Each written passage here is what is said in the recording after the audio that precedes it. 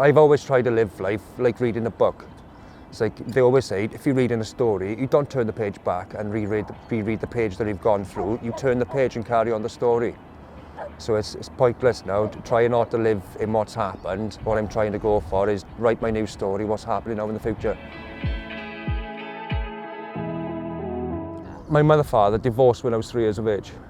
Most of the time, my mother was then having to work 2 jobs. As a teenager, I was taking care of my brothers and sisters for her. So from about 12 years of age, I was cooking meals, taking care of the house. I left school, within 2 days, I walked into a job. Literally, it was £2 an hour. And that was hell, working for literally £470 a month.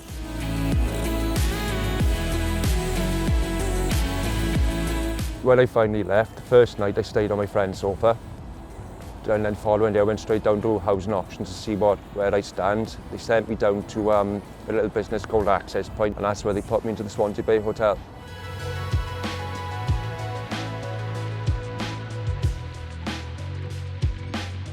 But that's when they turned around and said, we've got a little charity that is there to help people with housing, and that's where they put me through to Nigel and Tony. And they've been fantastic throughout the time that they've been helping. Just the meeting up with Tony once every week or 2 weeks, just for someone to sit down and have a chat to, was a great help. And he's fantastic, Tony is.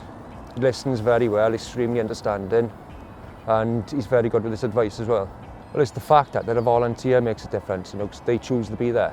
It's something that they want to do. They get up in the morning and, well, they want to go out and help someone off the goodness of their heart. They're not going there because they're getting paid to, because they have money stuck in their bank account. They are there because they physically want to, because they're a good person. Oh, it makes a massive difference. It's because you know that they're there and they're there for you and not for, basically the lifestyle. These days, it is extremely stressful. Being in the bed and breakfast without my kids, it was hard, but it was easier manageable knowing, the fact that they weren't allowed there. But since being in the flats, just waking up in the mornings is difficult, not because I'm used to being woken up with the children jumping on me. Yes, when you're in the city, when you've got the kids bouncing over you think, will this end, please, this is torture. But when you're no longer experiencing that, you miss those days. You miss the children bickering and arguing and fighting with each other. Just all these little things you take for granted that you miss. But another problem I was feeling, looking into going into a flat, was the fact that I was starting from scratch again, that all I had was my clothes, nothing else. Just even the finances of trying to find a sofa when you haven't got the money to is terrible. But with Citadel themselves, managed to buy me a brand new bed in to move into, a microwave so I at least had somewhere to cook my food until I had a delivery from the discretionary assistance fund, as well as the settee, which converts into a sofa bed, which would be a great help for when my children come over to stay. The public, they need to be more understanding about people's situations. Instead of, thinking of homeless and thinking of, people in bus shelters and all sorts.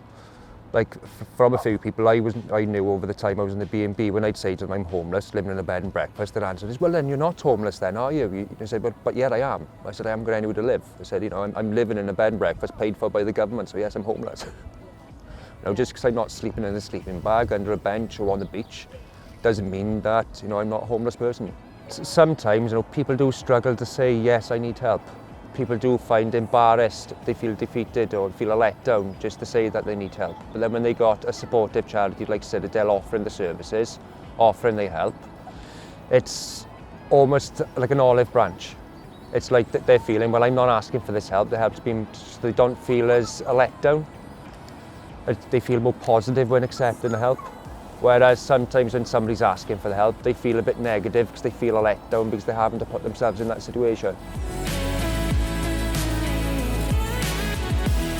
I can think more positive of the future now because I know I have actually got a future.